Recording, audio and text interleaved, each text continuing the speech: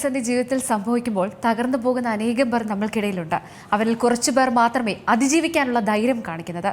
അത്തരത്തിലുള്ള ഒരാളാണ് ഇന്ന് എന്നോടൊപ്പമുള്ളത്. കാഴ്ചപരിമിതി അതിജീവിച്ച് നവമാധ്യമത്തിലൂടെ തന്നെ കണ്ടും കേട്ടും അറിയുന്നവരെയും മുന്നോട്ട് പോകാൻ പ്രേരിപ്പിക്കുന്ന ഒരു അധ്യാപിക അശ്വലത ടീച്ചർ. നമസ്കാരം ടീച്ചർ. നമസ്കാരം ടീച്ചർ, എന്തൊക്കെയുണ്ട് വിശേഷങ്ങൾ? എങ്ങനെ പോകുന്നു? നല്ല വിശേഷം. അങ്ങനെ പോകുന്നു. വെയിലും മഴയും മഞ്ഞും. ടീച്ചർ, യൂട്യൂബ് ചാനലിനെ കുറിച്ച് പറയുകയാണെങ്കിൽ 3 ലക്ഷമൊക്കെ കടന്ന് സബ്സ്ക്രൈബേഴ്സ് മുന്നോട്ട് പോവുകയാണ്. അങ്ങനെ നല്ല വ്യൂസും ഒക്കെ ഉണ്ട്. എങ്ങനെയാണ് ടീച്ചർ ഒരു ഡിജിറ്റൽ ജീവിതത്തിലേക്കൊക്കെ കടന്നത്? അത് എനിക്ക് തോന്നുന്നു അത് ഇങ്ങനെ അപ്രതീക്ഷിതമെന്ന് പറയാം. അല്ല, ആലോചിച്ചിട്ടുണ്ടായിരുന്നു, പക്ഷെ അത് പ്രാക്ടിക്കൽ ആവുക എന്നുള്ളത് എനിക്ക് പിന്നെ ഒരു സംശയമായിരുന്നു. പക്ഷെ പെട്ടെന്നായിരുന്നു ഒന്ന് തുടങ്ങാൻ, നമുക്ക് എങ്ങനെ എന്ത് നോക്കാന്നൊക്കെ ഇല്ല, വലിയൊരു വിശാല വീക്ഷണമൊന്നും ഇല്ലാതെ തുടങ്ങിയതാണ്. ആദ്യം കുറച്ചു കാലം അങ്ങനെ പോവുകയും ചെയ്തു. വലിയൊരു റീച്ചോ അങ്ങനെയൊന്നും ഉണ്ടായിരുന്നൊന്നുമില്ല. പിന്നെ കണ്ടന്റ് വ്യത്യാസം വരുത്തിയതിന് ശേഷമാണ് പിന്നെ ആളുകൾ ഇടാൻ തുടങ്ങിയത്. ടീച്ചർ, വീഡിയോയിലൊക്കെ കാണുമ്പോൾ ടീച്ചറിൻ്റെ പാചകവും കാര്യങ്ങളൊക്കെ ഷോർട്സിലൊക്കെ തന്നെ നിറഞ്ഞു നിൽക്കുന്നത് പാചകത്തിൻ്റെ വീഡിയോ ഒക്കെയാണ്. ടീച്ചർ ആരുടെയും സഹായം ഒന്നുമില്ലാതെ സ്വന്തമായിട്ട് ചെയ്യുന്നത്. അതൊക്കെ തന്നെ ആണ് അതിലെ ഏറ്റവും വലിയ പ്രത്യേകത. അപ്പോൾ ടീച്ചർ എങ്ങനെയാണ് ആ ഒരു തീരുമാനത്തിലേക്ക് എല്ലാ കാര്യവും സ്വന്തമായിട്ട് തന്നെ ചെയ്യണം, അല്ലെങ്കിൽ വേറൊരാളുടെ സഹായമൊന്നും ആവശ്യമില്ലാതെ ആ കാര്യങ്ങളൊക്കെ എനിക്ക് തന്നെ ചെയ്യണം എന്നുള്ള ആ ഒരു ആത്മവിശ്വാസത്തിലേക്കൊക്കെ എത്തിയത്? അതെങ്ങനെയായിരുന്നു? അത് ആത്മവിശ്വാസം നേടിയത് പറഞ്ഞാൽ ഒരുപാട് സ്ട്രെസ് അനുഭവിച്ചിട്ടുണ്ടായിരുന്നു ഞാൻ. അത് പലപ്പോഴും നമ്മളെ വീട്ടുകാരോട് പോലും തുറന്നു പറയാൻ പറ്റാത്ത, പലപ്പോഴും അവര് സപ്പോർട്ട് ചെയ്യുന്നുണ്ടാവാം അവർക്ക് പറ്റുന്ന കാര്യത്തിൽ. പക്ഷെ ഒരുപാട് കാര്യങ്ങൾ ചിലപ്പോൾ നമ്മള് തന്നെ നമ്മളുടെ കാര്യം എങ്ങനെ വേണം ഡിസൈൻ ചെയ്യേണ്ടത്, ആ ഒരു അവസ്ഥ വേണ്ടി വരും. എല്ലാവരുടെ ജീവിതത്തിലും ഉണ്ടാകുമായിരിക്കും, പക്ഷെ എന്നെ പോലുള്ളവരുടെ ജീവിതത്തിൽ അത് വളരെ പ്രധാനമാണ്. കാരണം ഞാൻ പിന്നെ വളർന്നു വരുന്നത്, അതിജീവിക്കേണ്ടത് എന്നെ പോലെയുള്ള ഞാൻ ബ്ലൈൻഡ് സ്കൂളൊന്നും പഠിക്കാത്തതുകൊണ്ട് തന്നെ എന്റേതായിട്ടുള്ളൊരു ആ ഒരു ടൈപ്പിലുള്ള ഒരാള് പോലും എന്റെ ചുറ്റും ഉണ്ടായിരുന്നില്ല. അപ്പൊ സാധാരണ കുട്ടികളുടെ കൂടെ വളരണം, പിന്നെ ബന്ധുക്കളെല്ലാം കാഴ്ചയുള്ളവരാണ്. ഞാൻ ജീവിക്കുന്നതും പഠിക്കുന്നതും ഒക്കെ കാഴ്ചയുള്ളവരുടെ കൂടെയാണ്. അപ്പൊ അത് എപ്പോഴും എന്റെ മനസ്സിൽ എനിക്ക് അവരെ പോലെ ആവാൻ പറ്റുന്നില്ലേ, ഇല്ലേ എന്നുള്ള, അല്ലെങ്കിൽ ഇല്ലേ എന്നതിനേക്കാളും ആവണം എന്നുള്ള ഒരു, എനിക്ക് തോന്നുന്നു ആ ഒരു ദൃഢനിശ്ചയം എന്റെ മനസ്സിൽ ഓരോ ഘട്ടത്തിലും ഉണ്ടായിരുന്നു. അതായിരിക്കാം ചിലപ്പോ പലതും എനിക്ക് സ്വന്തമായിട്ട് ചെയ്യാൻ വേണ്ടി സാധിച്ചത്. എല്ലാവരും സപ്പോർട്ട് ഉണ്ട്, എനിക്ക് ഒരുപാട് സപ്പോർട്ട് ഉണ്ടെങ്കിലും നമ്മൾ എത്ര സപ്പോർട്ട് ചെയ്താലും പല കാര്യങ്ങളും നമ്മൾ സ്വയം തീരുമാനിക്കേണ്ടത്, നമ്മൾ ചെയ്യേണ്ട കാര്യങ്ങളുണ്ടല്ലോ. അത് കുറെ ഞാനും വില്ലിങ് ആയതുകൊണ്ടാണ് എനിക്ക് പറ്റും എന്നുള്ള, അല്ലെങ്കിൽ ഒരുപാട് തവണ ഉള്ള വീഴ്ചയെന്ന് ചിലപ്പോ പിന്നെ എഴുന്നേറ്റ് നിന്നതിൽ നിന്നും ഒക്കെ ആയിരിക്കാം ചിലപ്പോ അങ്ങനെ ഇതിലേക്ക് എത്തിച്ചേർന്നത്.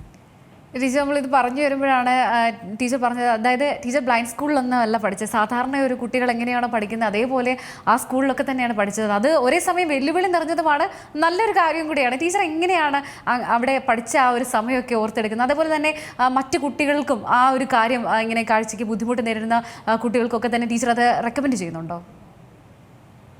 അന്ന് പിന്നെ ഈ ബ്ലൈൻഡ് സ്കൂളിൽ പോവാത്തത് എനിക്ക് ഒരുപാട് നഷ്ടം ഉണ്ടാക്കിയിട്ടുണ്ട്. പക്ഷെ ഇപ്പൊ മാഡം പറഞ്ഞതുപോലെ ചില ഗുണങ്ങളും അതിൽ നിന്ന് കിട്ടിയിട്ടുണ്ട്. ഒന്നെന്ന് പറഞ്ഞാൽ അതിൽ വന്നിട്ടുള്ള നഷ്ടം എന്ന് പറഞ്ഞാൽ പഠനം എന്ന് പറയുന്നത് അന്നത്തെ കാലത്ത് പ്രത്യേകിച്ച്, ഇപ്പൊ നമുക്ക് ഒരുപാട് പിന്നെ മാധ്യമങ്ങൾ പഠിക്കാൻ വേണ്ടിയുണ്ട്, ഓഡിയോയും വീഡിയോയും പിന്നെ എന്താണ് പിന്നെ ഒരുപാട് നമുക്ക് ഡോക്യുമെന്റ്സും ഒക്കെ ആയിട്ട് ഒരുപാട് കിട്ടുന്നുണ്ട്, ടെക്സ്റ്റ് ഒക്കെ ആയിട്ട്. പക്ഷെ ഇതൊന്നും ഇല്ലാത്തൊരു കാലത്ത് എഴുത്തും വായനയും ഇല്ലാതെ ഞാൻ വെറുതെ ക്ലാസ്സിൽ ഇരുന്നിട്ട് ഒരുപാട് കാലം കഴിച്ചു കൂട്ടിയിട്ടുണ്ടായിരുന്നു. ക്ലാസ് മാത്രം കേട്ട് കുട്ടികൾ എഴുതുമ്പോ വെറുതെ എഴുതിക്കൊണ്ടിരുന്നിട്ട്, അക്ഷരം അമ്മ പഠിപ്പിച്ചു തന്നത് വെറുതെ ഇങ്ങനെ സമയം എല്ലാവരും വെറുതെ ഇരിക്കുമ്പോ എനിക്കും എന്തെങ്കിലും ചെയ്യണ്ടേ എന്നുള്ളത് കൊണ്ട് നോട്ട്ബുക്കിൽ എവിടെയെങ്കിലും തലതിരിച്ചിട്ടും പിന്നെ അങ്ങനെയൊക്കെ എഴുതിക്കൊണ്ടാണ് ജീവിതം അങ്ങനെ കടന്നു പോയിട്ടുണ്ടായിരുന്നത്.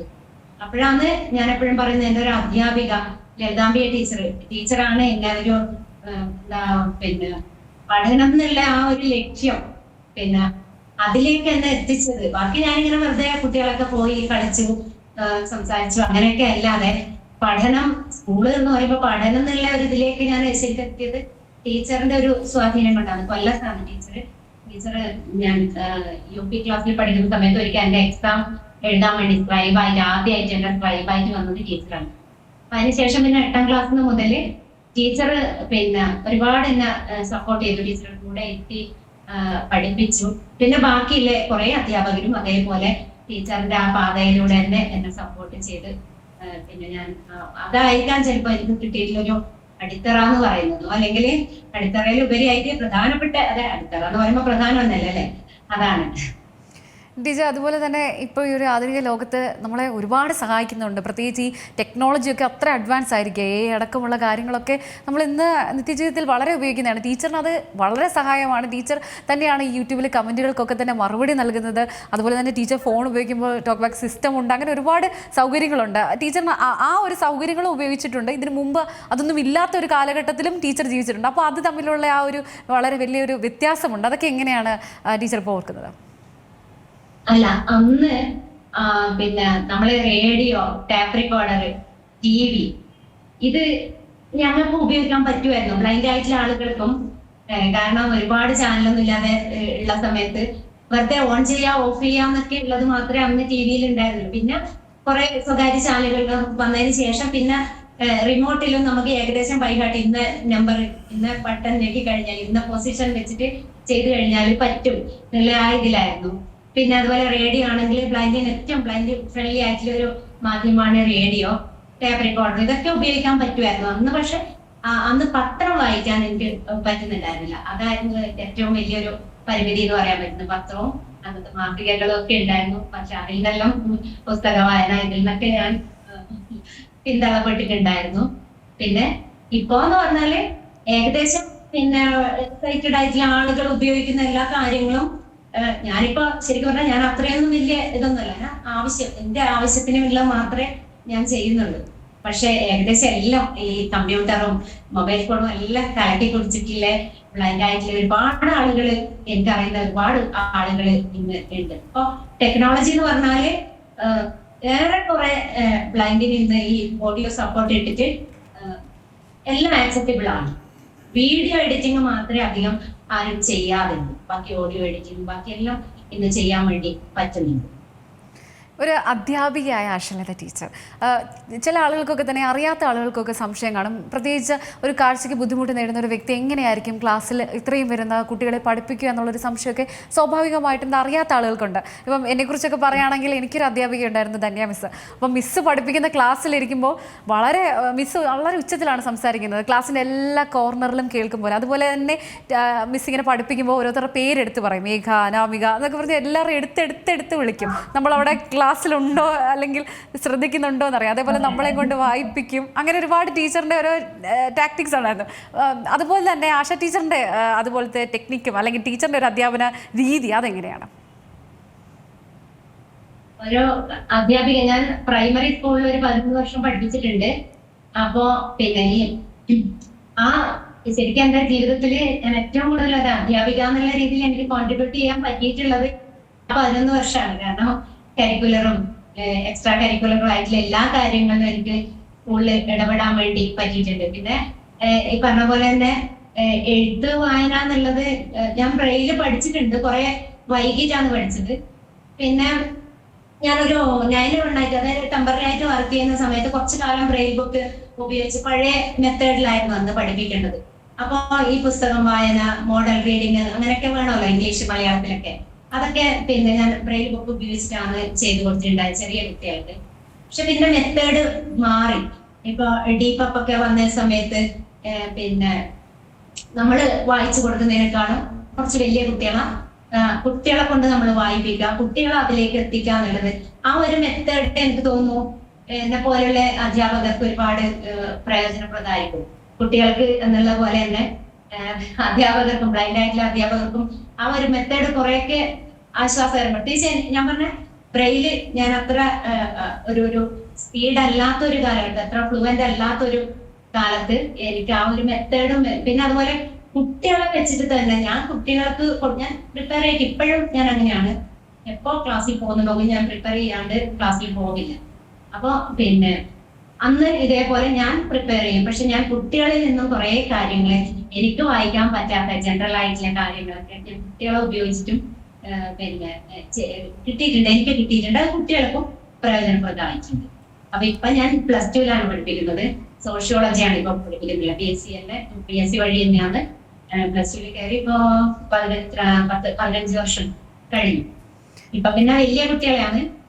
പിന്നെ അതില് നമുക്ക് കുട്ടികളെ പിന്നെ പെട്ടെന്ന് ഐഡന്റിഫൈ ചെയ്യാൻ, അവരെ പൊസിഷൻ മനസ്സിലാക്കാനൊക്കെ ഇപ്പൊ മാഡം പറഞ്ഞ ഒരു വഴി തന്നെയാണ് അതിന് ഏറ്റവും നല്ല പേര് പഠിക്കുക എന്നുള്ളതാണ് കുട്ടികളെ. ഇപ്പൊ പിന്നെ കുട്ടികൾ വർഷം പ്രായം കൂടുന്നുണ്ട് എന്ന് എനിക്ക് തോന്നുന്നില്ലെങ്കിലും കൂടുന്നുണ്ടാവുമല്ലോ എന്തായാലും. അപ്പൊ ഈ പേരെല്ലാം കുറെ അങ്ങനെ ഓർമ്മയിൽ നിൽക്കുന്നില്ല. എന്നാലും ആദ്യം ഞാൻ ശ്രമിക്കുന്നത് പേര് പഠിക്കാൻ തന്നെയാണ്. ടീച്ചറിന്റെ ഈ അധ്യാപന ജീവിതത്തിൽ പ്രൈമറി സ്കൂളിലൊക്കെ പഠിപ്പിച്ചിട്ടുണ്ടെന്ന് പറഞ്ഞാൽ അതിലൊരു മറക്കാൻ പറ്റാത്തൊരു അനുഭവം അതെന്താണ്?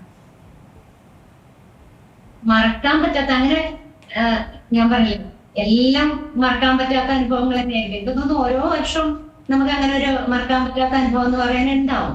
പക്ഷെ ഈ പ്രൈമറിയിലല്ലാതെ ചെറിയ കുട്ടികൾ അവര് ഒരുപാട് സ്നേഹവും പിന്നെ നമ്മളെ കരുതലും ഒക്കെ ഉണ്ടാവും. അപ്പൊ ഒരനുഭവം എന്നുള്ളതല്ല, ഞാൻ അതിലിപ്പോഴും ഓർക്കുന്ന കുറച്ച് കാര്യങ്ങളിലൊന്നെന്ന് പറയുന്നത്, ഈ ഞാൻ പ്രൈമറി ക്ലാസ്സിൽ പഠിപ്പിക്കുന്ന സമയത്ത് ചെറിയ കുട്ടികൾ വന്നിട്ട് രാവിലെ വന്നിട്ട് ഞാൻ റെഡിയാവുന്നതിന് മുമ്പ് കുട്ടികൾ വന്ന് ഇവിടെ കാത്തിരിക്കും. അവരിവിടെ വന്ന് എന്തല്ലോ കളിക്കുകയും അങ്ങനെയൊക്കെ ചെയ്യും. അതായത് എന്നെ കൂട്ടിയിട്ട് പോകാൻ വേണ്ടിയിട്ട്. തിരിച്ച് അവർ ഉച്ചക്ക് എന്നെ വീട്ടിൽ ചോറുണ്ണാൻ കൊണ്ടുവിടും, പിന്നെ വൈകുന്നേരം കൊണ്ടുവിടും, തിരിച്ച് സ്കൂളിലേക്ക്, അതായത് ഉച്ചക്ക് ചോറിന് കഴിഞ്ഞേ കൊണ്ടുവിടും. അപ്പൊ അത് ആ കുട്ടികളാണ്. പക്ഷെ ആ ഒരു ഇത് നമ്മൾ ഇന്നത്തെ കുട്ടികളിൽ നിന്ന് നമ്മൾ അങ്ങനെ ഒരു പ്രതീക്ഷിച്ചിട്ട് കാര്യമില്ല. അതൊരു ചിലപ്പോ ആ ഒരു കാലത്തിന്റെ ആയിരിക്കും, അല്ലെങ്കിൽ കുട്ടികൾ ചിലപ്പോ ചെറിയ കുട്ടികൾ ഇപ്പോഴും അങ്ങനെ ചെയ്യുന്നുണ്ടാവുമായിരിക്കും. കുട്ടികളുടെ പ്രായത്തിന്റെ എന്തോന്നറിയാം. അത് ശരിക്കും ഇപ്പോഴാലോചിക്കുമ്പോഴും എനിക്ക് പിന്നെ ഞാൻ കാഴ്ച പരിമിതി എന്നുള്ള രീതിയിൽ ഏറ്റവും കൂടുതൽ ബാക്കി ഏത് ജോലി വേണമെങ്കിലും ഞാൻ എങ്ങനെയെങ്കിലും ചെയ്യാമെന്നില്ലായിരുന്നു. പക്ഷെ അപ്പോഴും ഞാനൊരു പരാജയം എന്ന് എനിക്ക് തോന്നിയിട്ടുള്ളത് ഞാൻ മൊബിലിറ്റിന്റെ കാര്യത്തിലാണ്. മൊബിലിറ്റിന്റെ കാര്യത്തിൽ എന്ന് പറഞ്ഞാൽ എനിക്ക് മുമ്പ് ഞാൻ ചെറിയ കാഴ്ച ഇരുട്ടും വെളിച്ചവും മാത്രം, വെളിച്ചം കംപ്ലീറ്റ് ഒന്നുമല്ല, ഇങ്ങനെ ട്യൂബ് ലൈറ്റ് കത്തുമ്പോഴൊക്കെ അറിയുന്നുണ്ടായ ഒരു കാലം ഉണ്ടായിരുന്നു. ആ സമയത്ത് ഞാൻ നിഴല് നോക്കിയിട്ട് പരിചയമുള്ള വഴിയിൽ നടക്കുന്നുണ്ടായിരുന്നു. പക്ഷെ കംപ്ലീറ്റ് പോയ സമയത്ത് എനിക്ക് പിന്നെ ഒട്ടും പുറമെ എന്താണ് വീണ് പോയെങ്കിലും എന്തിനും സംഭവിച്ചെങ്കിലോ എന്നുള്ള ആ ഇതിലാണ്.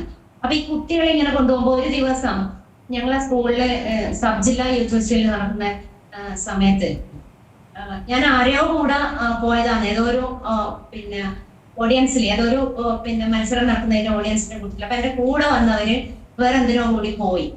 അന്ന് ഫോണില്ല കയ്യിൽ, മൊബൈലൊന്നും ഇല്ലാത്തൊരു കാലഘട്ടം, 99 2000-ലായിട്ടാണ് തോന്നുന്നു.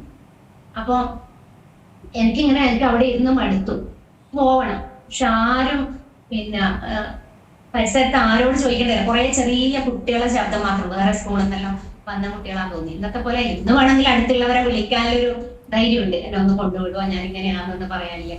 അങ്ങനെ ഞാനിങ്ങനെ വേവലാതിപ്പെട്ടോണ്ടിരിക്കുമ്പോ എന്നെ സ്ഥിരം ഈ വീട്ടിലേക്ക് കൂട്ടാൻ വരുന്ന ഒരു കുട്ടി പെട്ടെന്ന് വന്നിട്ട് എന്നാ, ടീച്ചറെ എന്താ ഇവിടെ ഇരിക്കുന്നത്? പിന്നെ ഞാൻ അപ്പ എനിക്ക് എന്താ പറയണത്, ഞാൻ പറയില്ലേ നമ്മള് ദൈവത്തിനെ നേരിട്ട് കാണലും എന്നെല്ലാം പറയുന്ന ഒരു അവസ്ഥ ഉണ്ടല്ലോ, ആ ഒരു ഇതിലായിരുന്നു കേട്ടോ. എനിക്കൊരു എന്താന്ന് പറയണ്ട, അതൊക്കെ എനിക്ക് അങ്ങനെയൊക്കെയുള്ള ഒരു എപ്പോ ആലോചിക്കുമ്പോഴും ഉണ്ടാവും അങ്ങനെ ഓരോ മറക്കാനാവാത്ത അനുഭവം. ഇപ്പോഴൊക്കെ ആലോചിക്കുമ്പോ അത് ഞാൻ വിചാരിക്കുന്നു, മൊബൈലൊന്നും ഇല്ലാത്തൊരു കാലഘട്ടമല്ലേ ഇന്ന്. ടീച്ചർ അതുപോലെ തന്നെയാണ്, അതായത് ഈ കാഴ്ചയ്ക്ക് ബുദ്ധിമുട്ട് നേരിടുന്ന ഒരുപാട് കുട്ടികളൊക്കെ ഉണ്ട്. അപ്പോൾ പലപ്പോഴും അവർക്കൊക്കെ തന്നെയും അവരുടെ മാതാപിതാക്കളൊക്കെ തന്നെയും എല്ലാ സഹായങ്ങളും ചെയ്തു കൊടുക്കുകയാണ്. ഇപ്പം ടീച്ചർ എല്ലാ കാര്യങ്ങളും ചെയ്യുന്നുണ്ട്, ടീച്ചർ ഇപ്പം അടുക്കളയിൽ എല്ലാ കാര്യങ്ങളും വളരെ അനായാസം ചെയ്യുന്നുണ്ട്, അങ്ങനെയൊക്കെ ചെയ്യുന്നുണ്ട്. അപ്പോൾ ഈ കുട്ടികൾക്കൊക്കെ തന്നെ താല്പര്യം കാണും ചെയ്യാൻ, അല്ലെങ്കിൽ അവർക്കത് അറിയാം, അവർക്കത് ചെയ്യണം എന്നൊക്കെ ആഗ്രഹം കാണും. പക്ഷേ പേരൻസ് പേടി കൊണ്ടും അവരുടെ ഒരു കരുതൽ കൊണ്ടൊക്കെ ആയിരിക്കും അതൊന്നും ചെയ്യിപ്പിക്കാതെ അവർക്കെല്ലാം എത്തിച്ചു കൊടുക്കുകയാണ്. പക്ഷേ ശരിക്കും അങ്ങനെയുള്ള ബുദ്ധിമുട്ട് നേരിടുന്ന കുട്ടികളെയൊക്കെ തന്നെയും അവരെ സ്വയം പര്യാപ്തരാക്കുകയല്ലേ ചെയ്യേണ്ടത്? അത് അധ്യാപകരായിക്കോട്ടെ, അതേപോലെ മാതാപിതാക്കളായിക്കോട്ടെ, അവരെ എങ്ങനെ സ്വയമായിട്ട് എല്ലാ കാര്യങ്ങളും ചെയ്യാൻ വേണ്ടിയുള്ള ആ ഒരു കാര്യമല്ലേ ഡെവലപ്പ് ചെയ്ത് കൊടുക്കേണ്ടത്? ശരിക്കും അങ്ങനെ തന്നെയാണ് ചെയ്യേണ്ടത്. ഇപ്പോ എനിക്ക് തോന്നുന്നു എന്റെ കേസില് ഞാനൊന്നും ചെയ്യാതെ ഞാൻ എല്ലാ കാര്യവും എനിക്കത് ചെയ്യണം എന്ന് പറഞ്ഞ് ഞാൻ മുന്നോട്ട് വന്ന് ചെയ്യുന്നതായിരുന്നു അന്ന് മുതലേ. എന്നോട് നിനക്കത് പറ്റൂല എന്ന് പറഞ്ഞാൽ എനിക്ക് കൂടുതൽ വാശിയോടെ എനിക്കത് പറ്റും എന്നുള്ള ഇതിലാണ് എന്റെ ഒരു ആറ്റിറ്റ്യൂഡ് അതാണ്. പക്ഷെ എല്ലാ കുട്ടികൾക്കും അങ്ങനെ പറ്റണമെന്നില്ല. ഞാൻ അങ്ങോട്ട് എനിക്ക് ചെയ്യാൻ പറ്റും എന്ന് പറഞ്ഞാൽ ഞാൻ വേണമെങ്കിൽ അങ്ങോട്ട് അവരെ ചീത്ത പറയും.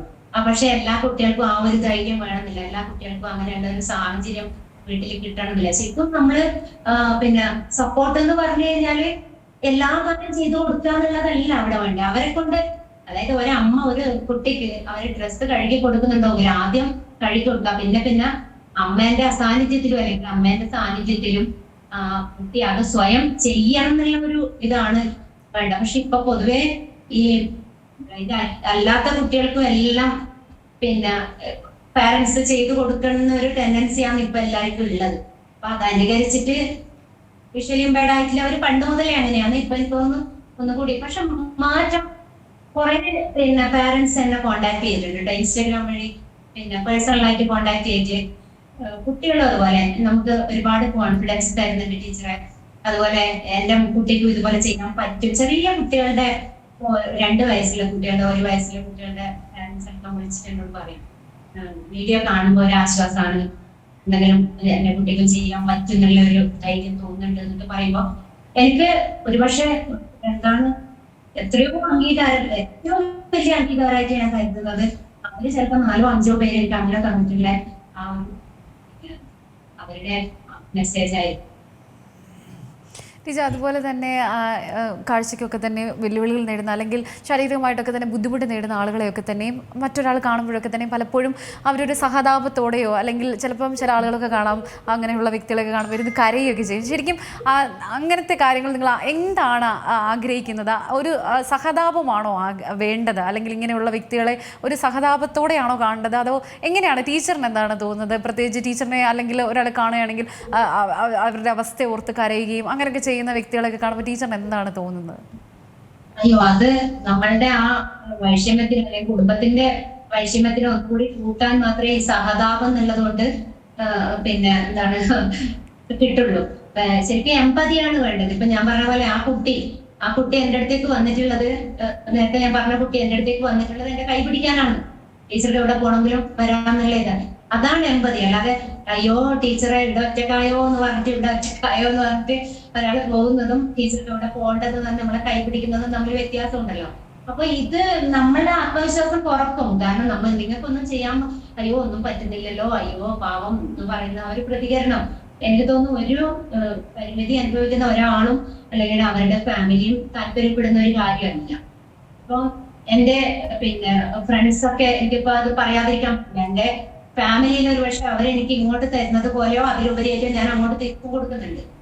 ഞാൻ വളരെ കോൺഫിഡൻസ് ആയിട്ട് പറയാൻ പറ്റുന്നു. പക്ഷെ ഇപ്പൊ എന്റെ ഫ്രണ്ട്സിനെ സംബന്ധിച്ച്, എന്റെ സഹപ്രവർത്തകര് എന്ന് പറയുന്നത് അവർക്ക് എന്നെ കൊണ്ട് വലിയൊരു പ്രയോജനവും ഇല്ല.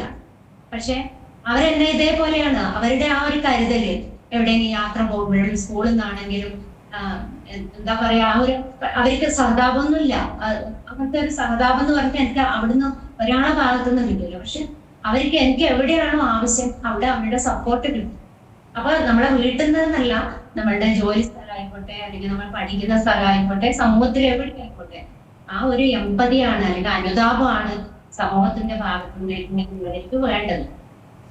ടീച്ചർ അതുപോലെ തന്നെ ടീച്ചറിൻ്റെ കുടുംബത്തിൻ്റെ ഒരു പങ്ക്, ടീച്ചറിൻ്റെ മാതാപിതാക്കളായിക്കോട്ടെ അല്ലെങ്കിൽ ഇപ്പോൾ ഹസ്ബൻഡ് ആയിക്കോട്ടെ മക്കളായിക്കോട്ടെ, ടീച്ചറിനെ ഇപ്പോൾ യൂട്യൂബ് തുടങ്ങിയിരിക്കുകയാണ്, അതിനൊക്കെ തന്നെയുള്ള സഹായങ്ങളും അതുപോലെ തന്നെ ടീച്ചറിൻ്റെ പഠിച്ചിരുന്ന സമയത്ത് പേരൻസിൻ്റെ ഒരു സപ്പോർട്ടും അതൊക്കെ എങ്ങനെയാണ് ടീച്ചർ ഓർക്കുന്നത്? അത് പാരന്റ്സ് തന്നെയായിരിക്കും അല്ലേ. എന്തായാലും നമ്മളെ എന്താന്ന് പറഞ്ഞാല് ഇങ്ങനെ ഒരു കുട്ടി ജനിച്ചുവല്ലോ എന്നുള്ള ഒരു ഇത് അവരുടെ ഭാഗത്തുനിന്ന് ഉണ്ടായിട്ടുണ്ടെങ്കിൽ ചിലപ്പോ എനിക്കിന്നോ ഒരു കാര്യം എനിക്ക് ധൈര്യമായിട്ട് ചെയ്യാം, അല്ലെങ്കിൽ എനിക്കത് ചെയ്യാൻ പറ്റൂല, ഞാനത് ചെയ്യും എനിക്ക് ധൈര്യമായിട്ട് പറയാൻ പറ്റണമെങ്കിൽ ആദ്യം അച്ഛനും അമ്മയും തന്നിട്ടുള്ള ആ ഒരു അംഗീകാരം. പ്രത്യേകിച്ച് എന്റെ അച്ഛൻ എപ്പോഴും പോസിറ്റീവായിട്ട് മാത്രമേ, പലപ്പോഴും എന്റെ ഈ കാഴ്ച പരിമിതിനെ പോലും അച്ഛൻ പോസിറ്റീവായിട്ടാണ് എന്നോട് എപ്പോഴും പറയുന്നത്. നീ അതുകൊണ്ടാണ് ചിലപ്പോ ഇന്ന് നിനക്ക് ഇത്ര, അല്ലെങ്കിൽ നിനക്ക് ഒരു ടീച്ചർ ആവാൻ പറ്റിയത്, അല്ലെങ്കിൽ നിനക്ക് അങ്ങനെ ആവാൻ പറ്റിയത്. പിന്നെ ഇപ്പൊ സാധാരണ ഒരാളാണ് ചിലപ്പോ ഒരു വീട്ടമ്മ മാത്രമായിട്ട് വീട്ടിൽ ഒതുങ്ങുമായിരുന്നു. അപ്പൊ അത് 2 വശമുണ്ട്. നമ്മള് കിട്ടാത്തതിന് പറഞ്ഞിട്ട് കാര്യമില്ലാന്നുള്ളത്. പക്ഷെ നമ്മൾ ഉള്ള ജീവിതം ഉള്ളതിലും സന്തോഷം കണ്ടെത്തുക എന്നുള്ള ആ ഒരു ആറ്റിറ്റ്യൂഡ് എന്നിലേക്ക് വരാൻ കാരണം എന്റെ പാരന്റ്സ് ആണ്. പ്രത്യേകിച്ച് എന്റെ അച്ഛനാണ്. പിന്നെ അച്ഛനൊരു പെൺകുട്ടി എന്നുള്ള ഒരു വിവേചനം അന്നത്തെ കാലത്തൊക്കെ അതെല്ലാം ഉണ്ടാവുമല്ലോ എല്ലാവർക്കും. ശരിക്കും എന്റെ സിബ്ലിംഗ്സിന്റെ മറ്റവർക്ക് കിട്ടാത്തതിനേക്കാളും അംഗീകാരം എന്റെ അച്ഛന്റെ ഭാഗത്ത് നിന്ന് എനിക്ക് കിട്ടിയിട്ടുണ്ട്. പിന്നെ പഠനം എന്ന് പറഞ്ഞാല് ചെറിയ പ്രായത്തിലൊന്നും അങ്ങനെ വലിയ പഠിച്ച് വലിയതാവണം അങ്ങനത്തെ ഒന്നും ഇതൊന്നും ഉണ്ടായിട്ടില്ല. അമ്മ അക്ഷരം ഇങ്ങനെ കൈ എഴുതി പഠിപ്പിക്കും അങ്ങനെയൊക്കെയാണ്. പക്ഷെ പിന്നീട് ഒരു ഞാൻ പറഞ്ഞല്ലോ ഹൈസ്കൂളിൽ എന്റെ ടീച്ചേഴ്സ് തന്നെ എന്നെ ശ്രദ്ധിക്കാനുണ്ടായിരുന്നു. പിന്നെ അത് കഴിഞ്ഞ് TTC ഞാൻ കഴിഞ്ഞതാണ്, TTC കഴിഞ്ഞതാണ് നടക്കാവ്. അവിടെ പിന്നെ എന്റെ ബ്രദേഴ്സ്, കസിൻ ബ്രദറും അതുപോലെ പിന്നെ എന്റെ ഒരു കസിൻ ഉണ്ട്, പിന്നെ എന്റെ ഏട്ടനും ഒക്കെ അവിടെ ഉണ്ടായിരുന്നു. അവര് വന്ന് എല്ലാ വർക്കും എല്ലാം ചെയ്തു തരും, അങ്ങനെ ഫ്രണ്ട്സ് വായിച്ചു തരും, അങ്ങനെയൊക്കെ ആയിരുന്നു. പക്ഷെ അതിനുശേഷം പിന്നെ കല്യാണം കഴിഞ്ഞു, പിന്നെ പ്രസവം കഴിഞ്ഞു. ഇതിന്റെ എല്ലാം ഇടയിലാണ് ഞാൻ ഡിഗ്രി, PG, പിന്നെ B.Ed, സെറ്റ്, പിന്നെ അതിനിടയ്ക്ക് ജോലി, ഇതൊക്കെ ഇതിന്റെ ഇടയിൽ നടന്നു പോയ കാര്യമായിരുന്നു, മക്കളും കുടുംബവും അതൊക്കെ. അപ്പൊ അതിന്റെ എല്ലാം ഇടയിൽ എന്റെ അച്ഛനാണ് ഇത് ഓരോന്ന് അപ്ലൈ ചെയ്യാൻ ഓരോ വിളിച്ചിട്ടുണ്ട്, പിന്നെ വായിക്കണ്ടേ നോട്ട് വായിച്ച് കാസറ്റിലാക്കി തരാനും ഇതൊക്കെ അച്ഛനായിരുന്നു പിന്നെ മുൻകൈ എടുത്തത്. അപ്പൊ ഞാനൊരു പക്ഷേ ഇന്നിപ്പോ ഹയർ സെക്കൻഡറി ടീച്ചറായി നിൽക്കുന്നതും അതുപോലെ ഈ സോഷ്യൽ മീഡിയ പ്ലാറ്റ്ഫോമിൽ നിങ്ങളുടെ മുമ്പിൽ ധൈര്യമായിട്ട് നിൽക്കുന്നതും അതിന്റെ പ്രധാന ഘടകമായിട്ട് ഒന്നെന്റെ അച്ഛൻ തന്നെയാണ്. പിന്നെ എന്റെ ഹസ്ബൻഡും അതുപോലെ എന്റെ ഹസ്ബൻഡ് ഇങ്ങനെ വേണ്ടാണ്ട് സിമ്പതിയൊന്നുമില്ല, ഇങ്ങനെ എന്നോട് സഹതാപം അങ്ങനത്തെയൊന്നും ഒരിക്കലും കല്യാണത്തിന് മുമ്പും ഇല്ല അതിന് ശേഷവും ഇല്ല. പക്ഷെ എനിക്ക് എവിടെയാണോ സപ്പോർട്ട്, ഇപ്പം ഈരുടെ അമ്മ എന്ന് പറഞ്ഞാൽ നിന്റെ ശരീരത്തിന്റെ ഒരു ഭാഗം തന്നെയാണ് അവനെന്ന് പറഞ്ഞ പോലെ എപ്പോഴും എന്റെ ശരീരത്തിന്റെ ഭാഗം എന്റെ കണ്ണ് ആയിട്ട് തന്നെ എന്റെ കൂടെ മിക്കവാറും സമയങ്ങളിലും എന്റെ ശരീരത്തിന്റെ ഭാഗമായിട്ട് തന്നെ കൂടെ ഉണ്ട് എനിക്കപ്പോ. പക്ഷെ അവരൊന്നും എന്നെ ഒറ്റക്ക് നടത്തണം എന്നുള്ള ആ ഒരു ആഗ്രഹം എനിക്ക് ആയിട്ടില്ല, എന്റെ അച്ഛനുമില്ല. അതാണ് ഞാൻ ഇത്ര ഒരു വിളക്കായതെന്ന് എനിക്ക് തോന്നുന്നു. പിന്നെ മക്കളും അതുപോലെ തന്നെ, മക്കൾക്കും അങ്ങനെ കാഴ്ചയില്ലാന്നോ വലിയൊരു പരിഗണനയോ അങ്ങനത്തെ ഒന്നുമില്ല. പക്ഷെ എന്നാലും അവരെവിടെയും എനിക്ക് യാത്ര ചെയ്യണം പോകുമ്പോഴൊക്കെ അല്ലെങ്കിൽ അങ്ങനത്തെ സമയത്ത് വെച്ച് സപ്പോർട്ട് ചെയ്യും. ശരി, വളരെ നന്ദിയുണ്ട് ടീച്ചർ ഈ അവസരത്തിൽ പ്രതികരിച്ചതിന്. ഒരുപാട് സന്തോഷം. ടീച്ചർ പറഞ്ഞതുപോലൊക്കെ തന്നെ ഒരു പ്രതിസന്ധി ഉണ്ടാകുമ്പോൾ അതിൽ തളരുകയോ തകരുകയോ ഒന്നുമല്ല ചെയ്യേണ്ടത്, പോരാടുക തന്നെയാണ് ചെയ്യേണ്ടത്. നന്ദി.